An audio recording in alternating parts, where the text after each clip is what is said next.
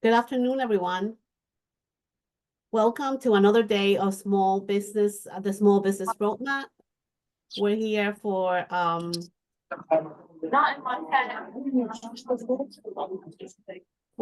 for launch, grow, and scale your business. Today we have great guest speakers for you. And we're doing grow your startup business with this 10 tips. It's going to be presented by our loan officer, Lisbel Rosario. So we have some of our success stories with us today. We have Giovanni and Darwin they're co-founders of True Natural, located in Norwalk, Connecticut, with operations in 4 different states. And True Natural provides superior and sustainable solutions for lawn plants and trees. Lauren, thank you, Lauren, for being here too. She's the VP of Marketing at Ferraro Foods. Lauren is a marketing leader with 15 years of experience, and she's gladly wants to participate with us today to give you all that great information about marketing. And Tatiana is the owner of Alan's Falafels. The store was opened in 2012 in Orange County, Chester, and she offers Israeli food and creates homemade and authentic cuisine using only fresh ingredients. And we also have Cherise from she's the general manager at Crave in New Rochelle, and it's a restaurant and full service bar in beautiful New Rochelle. So again, without any further ado, I introduce you to Lisbel. Thank you. Thank you so much, Veronica. And thanks to everyone else, all of our guest speakers today. This is going to be an awesome event. So we want to jump right in. We have a lot of information to cover. So your number 1 tip, you want to have a clear and concise vision. You want to know where you want to go. You want to make sure that it's so clear in your mind that you can tell anyone at any time what your growth plan is. You want to have a plan in writing as well. You want to have it in your brain, but you want to have it on paper, because sometimes translating from your vision to paper, you see things, you see kind of little pitfalls here and there. You see things that are missing that you can plug in. And then you want to set goals that scare you. You also want to be a little bit realistic when you do that, right? But you want to set large goals, because you're stretching yourself. Even if you don't even if you don't make that goal, you probably surpassed where you thought you realistically could have been. So you want to set goals that scare you. Strong branding, right? So we have, like we said, Darwin and Giovanni from True Natural, and they are masters at branding. So give me 1 second. Let me just move this out of here. So what is your brand's mission and values, right? Clearly tell your story and how you are different from the rest. Show how your target market benefits from your business. You wanna stand out, from the crowd. And then be consistent with your messaging. You want to make sure that if you're on Facebook, if you're on Instagram, if you're on LinkedIn, if you're at a trade show, everywhere you go, your message is the same thing. Your business is about the same thing. So I have a couple of questions for Giovanni and Darwin. How did you identify your brand's mission and values? Hi, Lizel. Hi, everybody. So basically, was the name say True Natural. So True Natural resolves problems for our customers using organic and sustainable products, biological products. So we do everything natural. And this is the way that we resolve the problem. So the branding is based on using everything natural for our solutions. Excellent. And what sets True Natural apart from everybody else? Because we are resolving problems for our customers, and we do it in a sustainable, natural way. So this is how we do everything different. So everybody has solutions, but our solutions works, but we are using natural, sustainable products. This is our main difference from the other companies. Lisbel, also having a strong brand, it will create customer loyalty. I mean, we create, the customers are very loyal as we are creating trust. We are creating a strong market presence, and we are showing our customers a different way to do business, changing from chemical products to more biological and friendly with the what do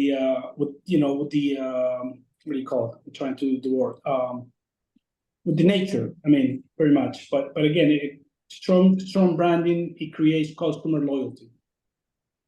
Yeah, no, you're absolutely right. And I think one of the things that I think sets True Natural apart is that they create a product that's so unique to the issues that you are facing, that it works 100%, but there's no one else in the industry out there that does such a great job at creating like a vaccine almost for the issues that you're having with your lawn, garden, trees, things of that nature. So what helped you identify your target market?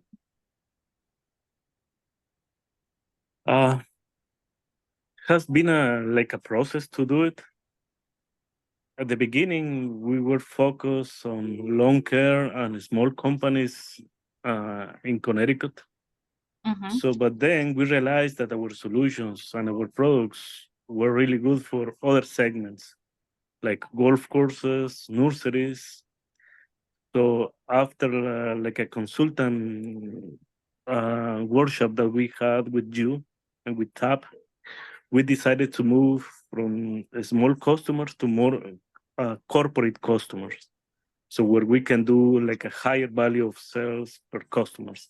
So that was the change, and this is our target market now. Corporate customers, they can buy like a high volume of products per Mm-hmm. year. Yeah. And right now we switched from before we were B2C, now we're B2B, where we're trying again, like Darwin was saying, trying to target more of those corporate customers where we have more bigger sales.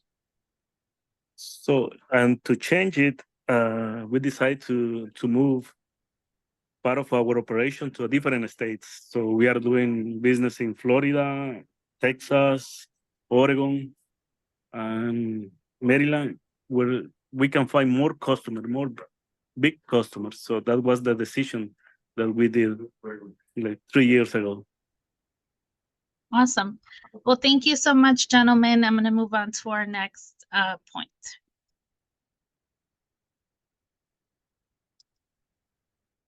Maybe. Okay, so getting and keeping the customer, super important. As business owners, we know how hard it is to get the customer. It's like 3 times as hard to get the customer as it is to keep the customer, right? So you want to make customer satisfaction your priority. In the service industry, word of mouth is everything. It's better than gold. Getting a warm referral is better than gold, right? So you have to do everything possible to keep those customers satisfied and engaged. You want to focus on eliminating and fixing their pain points, right? You want to get to know them and what they really want and what they really need. Listen to what they're saying and check in often to make sure that you're meeting those customers' needs and they're being understood and appreciated. You want to build an email list and engage with them often.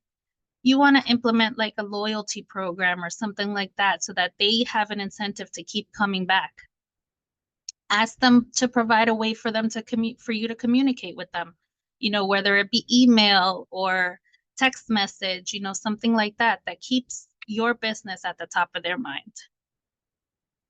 Also, be careful not to spam them. You don't want to become, the business that's always sending text and email messages, because then they're going to block you. So it's a fine line. And so point number 4 or tip number 4 is networking. You always want to be on the lookout for mentors in your business. You want to attend industry events and conferences.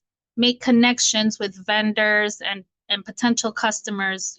These are events are invaluable to your business, honestly. Join local business groups and chambers of commerce. That's a great way to meet other business owners that may have the same situation going on, you know, in your general area. So you can always brainstorm with them, you know, come up with solutions or partner with them, build relationship with peers in the business. Again, potential collaboration opportunities can come out of that. Access to resources and support that you didn't know existed just because you know, were able to be in the same room rubbing elbows with other business owners in your, either in your industry or in your general area.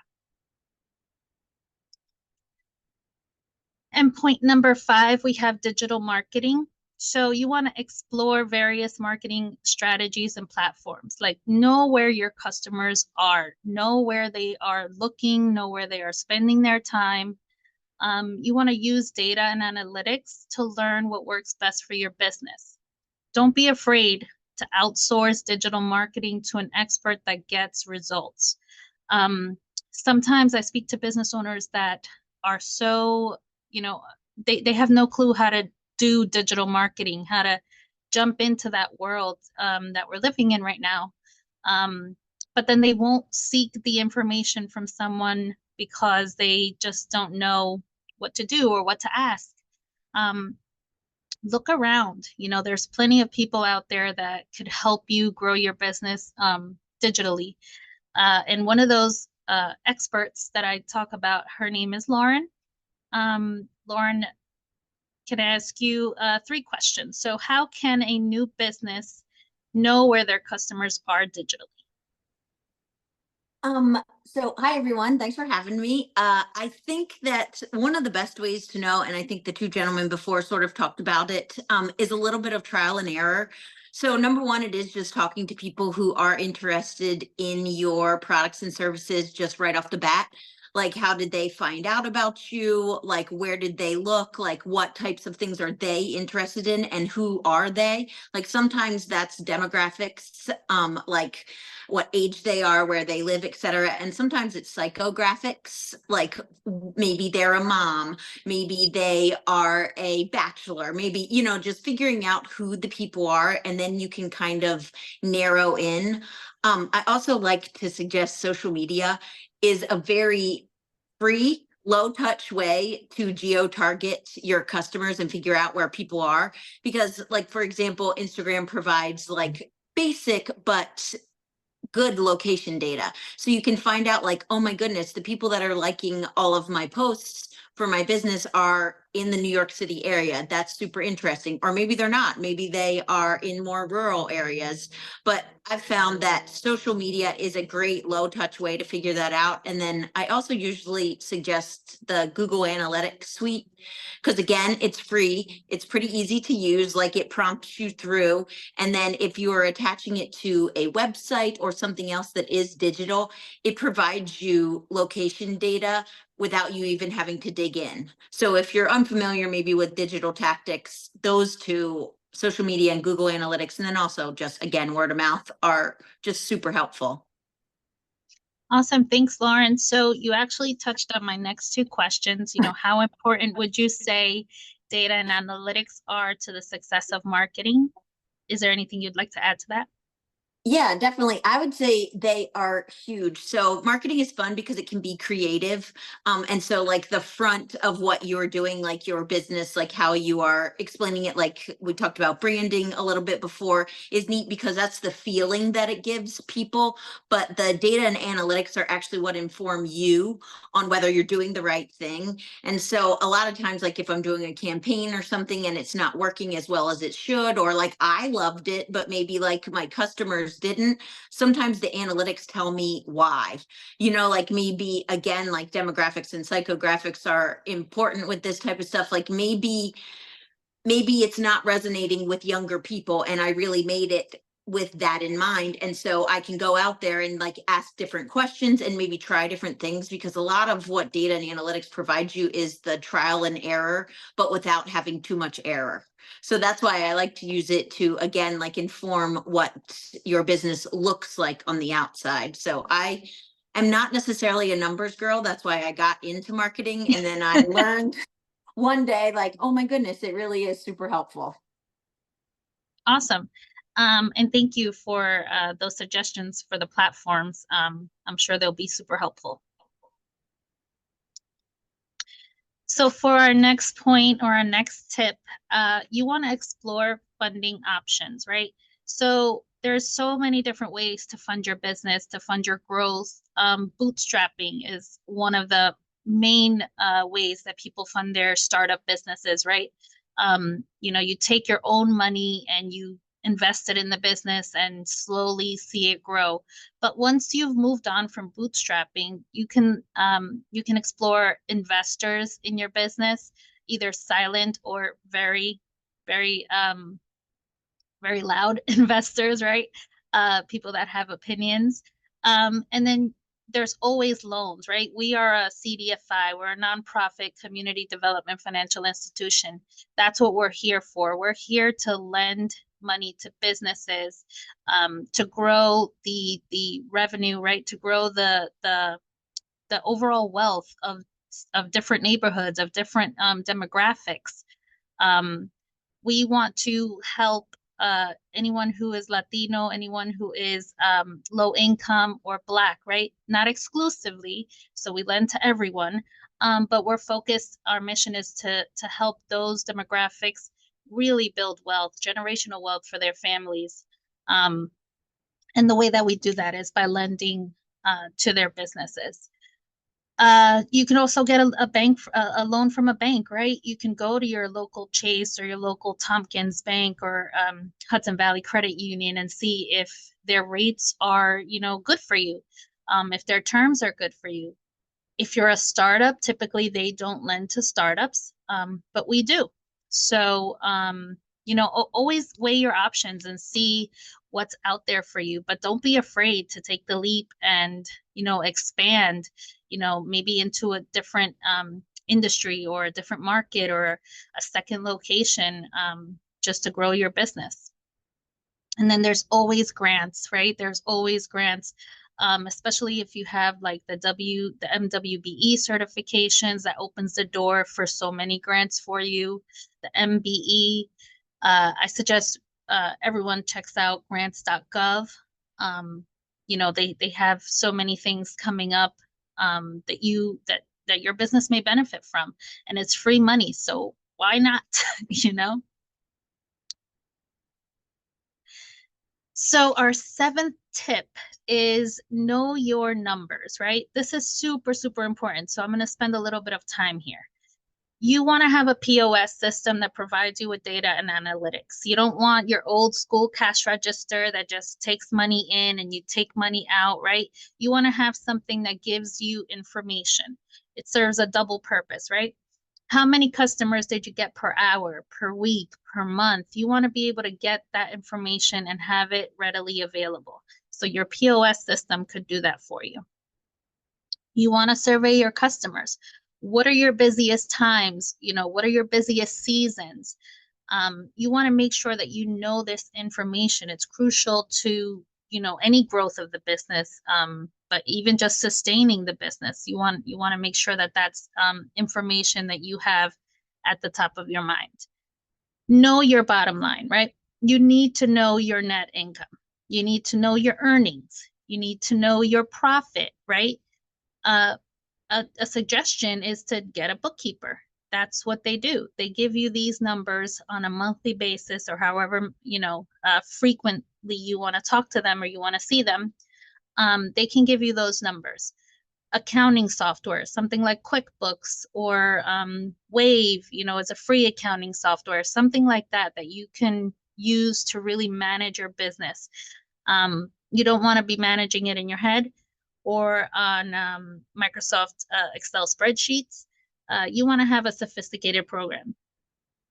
And then you can always go to an accountant and they can help you, get these numbers so that you know exactly what your net income is, exactly what your earnings or profit are.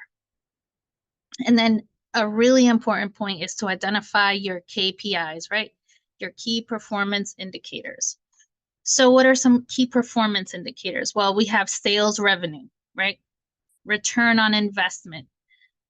You want to make sure that if you're investing in a program, you're going to see the return of that investment, right? Customer satisfaction scores, which is your net promoter score. Customer lifetime value. How valuable is that one customer to you during the life of them being a customer? Website traffic, right? Cost per clicks. Like if you're going to be investing in an advertising campaign or, Google ads or Facebook ads, you want to make sure that your cost per click makes sense for your business and for what you want to do with that campaign. Number of new customers acquired, right? Your conversion rate. Employee productivity levels. You want to be able to say, hey, my employees are operating at 90% right now. They are doing everything they need to. My customers are satisfied. I'm satisfied on the business end. You want to be able to say, you want to be able to measure the productivity of your employees. So a question that I thought might spark some thoughts in your mind is, what POS system do you use and when has it helped you grow your business? And then how did you go about identifying your KPIs if you have? KPIs that should be directly related to your business and goals, your business goals and objectives. So just food for thought. And then being flexible, right? So you want to be flexible. You want to know all your numbers, but you also want to be able to pivot as needed. So you want to monitor the market, right? Make swift changes. Adapt to customer feedback. Super important. If you have a smoothie on your menu and you see that, maybe a couple of people have tried it and then it's not really selling, not really doing well, it's just taking up real estate on your menu. Then change it. You try another flavor, or maybe take it off the menu, altogether. You want to adapt to the customer's feedback because that's what keeps them coming. And then always be aware of your competitors, right? Always be aware of what someone else is doing. I'm not saying you should copy what they're doing, but you want to know what is setting them apart, right? So that you can make your adjustments to be at the top of the mind of your customers. So with that being said, I have Tatiana from Alan's Falafel. I'd like to ask Tatiana some questions because she, in her business, had to adjust many times. She was very flexible. So hi, Tatiana. Hello, During everybody. COVID, your business, like many others, had to pivot. How did you do it, and how long did it take you to implement those changes? Well, COVID was really a scary time for us in the beginning. But I almost feel like you have to go with what's available. Like one of my customers said one time, when God gives you lemons, you make lemonade. So us as a full service restaurant, we weren't able to open for sit down. So we had to switch totally to takeout. And kind of everything that Lizbel talked about helps us to do it. We have an amazing PR specialist and social media specialist.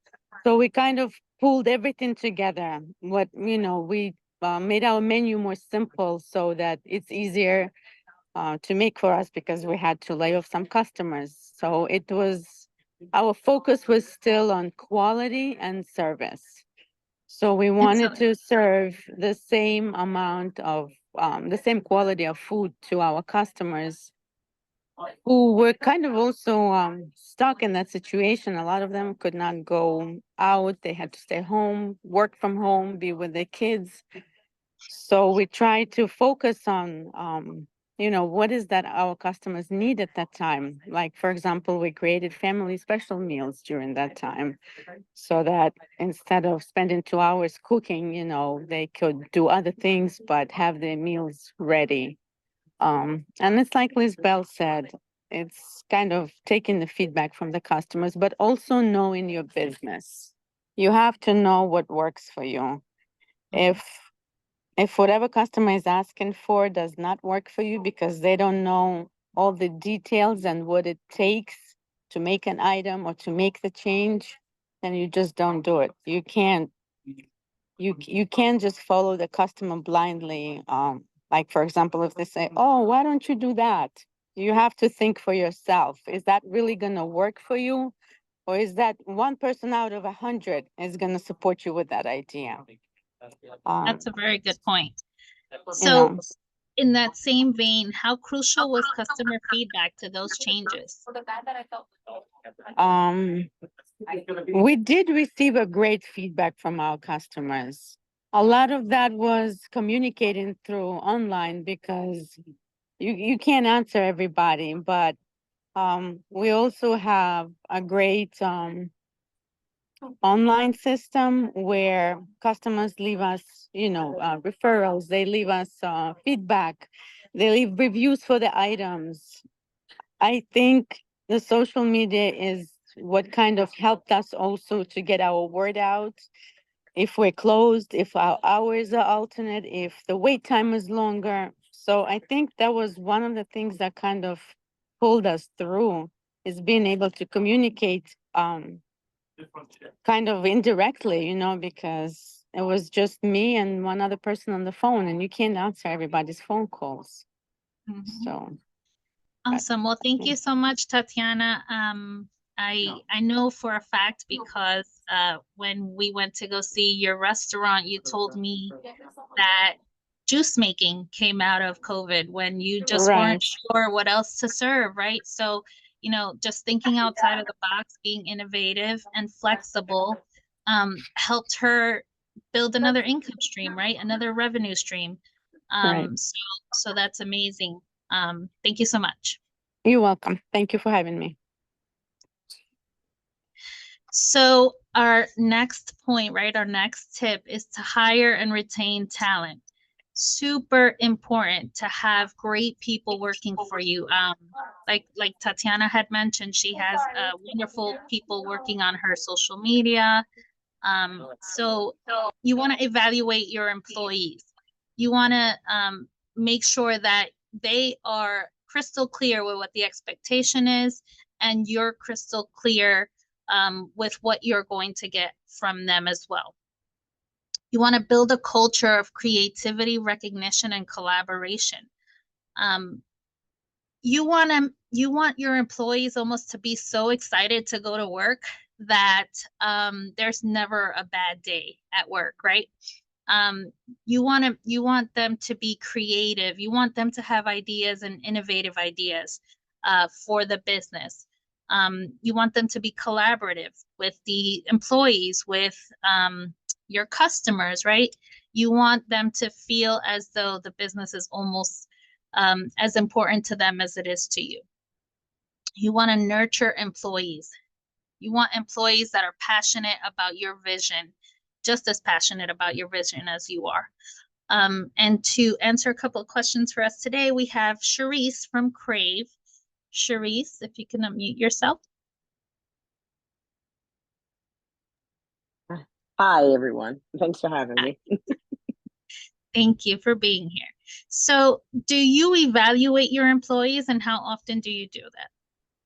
I do. I'm currently right now at a 3 to 6 months evaluation period because my industry, unfortunately, tends to have a lot of turnover because, a lot of my staff is either college students or, actresses or actors or, doing different things, studying nursing programs, what have you. So unfortunately, I have a core that, are with me like for the long term, but for most of them, because of the high turnover rate, I do a 3 to 6 month period. Okay, perfect.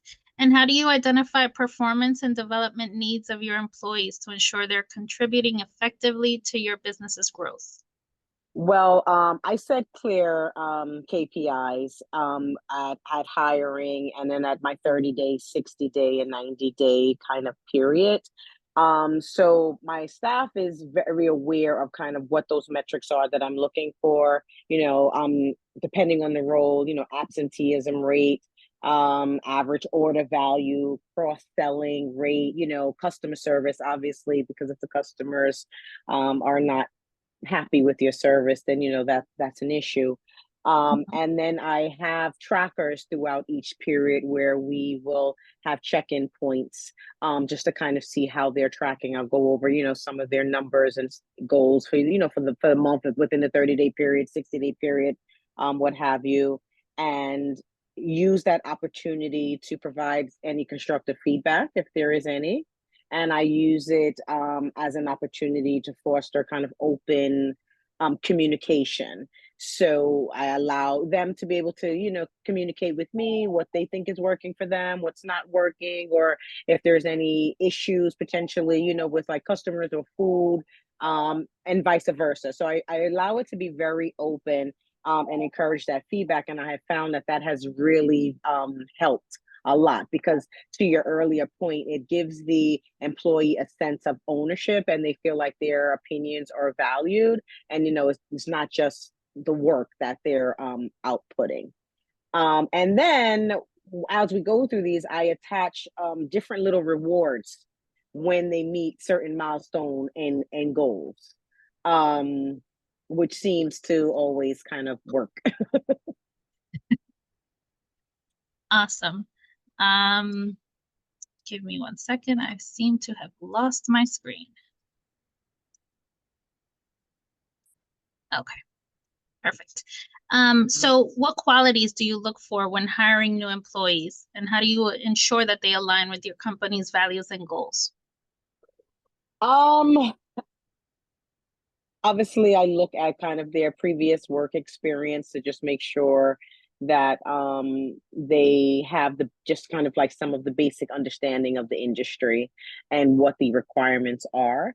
Secondly, it's appearance, because working in the restaurant, a lot of people eat with their eyes.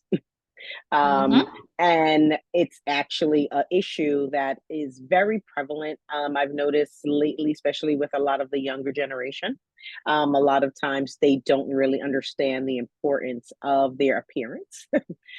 So that's like a key indicator for me, and also being able to communicate. Excellent. All great points. So what initiatives do you have in place to keep your employees engaged, motivated, and committed to staying with your company long term? So aside from our regular team meetings, and again, just fostering an environment where there's a lot of open communication, I do a lot of employee contests and games to kind of help them with short-term goals. I have a program called the Court Doing Good check. So my managers, we have like a checkbook that we created with different incentives, whether it's a day off, whether it's, a nice bottle of wine, whether it's to be able to leave their shift early or like a first leave. And when we see them doing things that are in alignment with the Crave culture, our goals, we will reward the employees kind of like right there on the spot, which is kind of something that is really that people tend to like. We do a lot of those programs, and it seems to really help and just kind of keep the morale up. Awesome. That's amazing. I mean, I may have to get a part-time job over there, right? Well, because this industry is so hard, right? And it's thankless a lot of times. So you have to figure out ways to be creative to kind of keep the enjoyment. Yeah. Awesome. Well, thank you so much for that information, Charisse. No problem. My pleasure. And now to our last point. So once this clicks over, I can ask it. Okay, so you want to avoid burnout, right? You're doing so many things. You're wearing so many hats. But to make your business successful, to make your growth actually come, to fruition, you have to take time away. You are your greatest asset to your business. So occasionally step back, right? Be proud of what you've built and take care of yourself physically and mentally. Take a long weekend, take a week's vacation, take a day off, walk in the park, do whatever you have to do to kind of mentally take in all of your successes. Think about maybe strategies for change, but you want to take a step back and let go, every so often, because otherwise you're burning the candle at both ends, and that's never a good thing for anyone. So avoid burnout would be my last tip to making growth in your business a success. And here's some information about us at Community Capital. You can leave this slide up here. You can take a screenshot, take a picture. These are all the ways that you can contact us. Be sure to follow us on our social media. Sign up for our newsletter. We share so much great information, whether it's, grants that are available to you, webinars, upcoming webinars, either by us or our partners. And I'd like to thank everyone for joining us today. I truly hope that you got something out of it. You learned something. You can take that information and apply it to growing your business. And listen, if it was super helpful for you and you were able to grow, leave us a comment on our Google page. Leave us a review and let us know how it helped. And we'd love to hear from you. So, Veronica, do you want to say any last words? Yes, we have to follow Lauren's advice. Leave us reviews. We want to hear our clients too. We're here to help you, but we also want to get feedback from you guys to see how we can offer more webinars or what type of contests you would like to see us cover next time. So I want to really thank again Cherise, Lauren, Darwin, Giovanni, and of course, Tatiana, who I think left us already. She was Go ahead. Sorry to cut you off, Veronica. We have a Q&A session. So if you guys have any questions, any thoughts, our presenters are also going to be available to answer any of your questions. These are real, live, not paid actors, right? They have businesses today. So they can give you, real world experience, real world answers to any burning questions that you guys may have. So we'll be available. So just put your questions in the chat, or you could ask to be unmuted. We do have a question from Janusz, and he asks, what resources for small businesses have you found helpful? Darwin mentioned TAP earlier. What is that? And are there any other helpful resources that you could share with us? It seems like Darwin would like to answer this question. Yes, TAP is the acceleration project. We got it's like a type of consultant services that we got from Community Capital, especially when you gotta make like strategic decisions, change from a type of customers to a different customers or different segments. That is a difficult decision, but you gotta make it. So TAP was a really good support to make the change that we needed to do in that time. And actually, we are working with them now, but in a different topic. Awesome. As Darwin Giovanni? mentioned, oh, I'm so sorry. Giovanni, you want to add to that? No, I'm just saying that yes, I mean, they have been very helpful. They help us take our business to the next level, and that's helping us navigate through our journey and pointing us to the right direction. So we're very helpful, not only for Community Capital, but also for having the resources for small business like ours to take care and use them for our own advantage. Excellent. So like that say, Community Capital offers to their clients expert technical assistance, and they are experts in many different fields, and they will help your business grow. So once you become a Community Capital client and you reach out to us that you would like to improve your marketing, you would like to improve your your cash flow, your operations, human resources. There's so many different topics that they could help you support. So you just will have to talk to us. We do the expert TA as a scholarship to our clients. So you would just have to let us know, and then we would put you in contact with TAP. It is a little process, but it's something that we can start if you're interested in.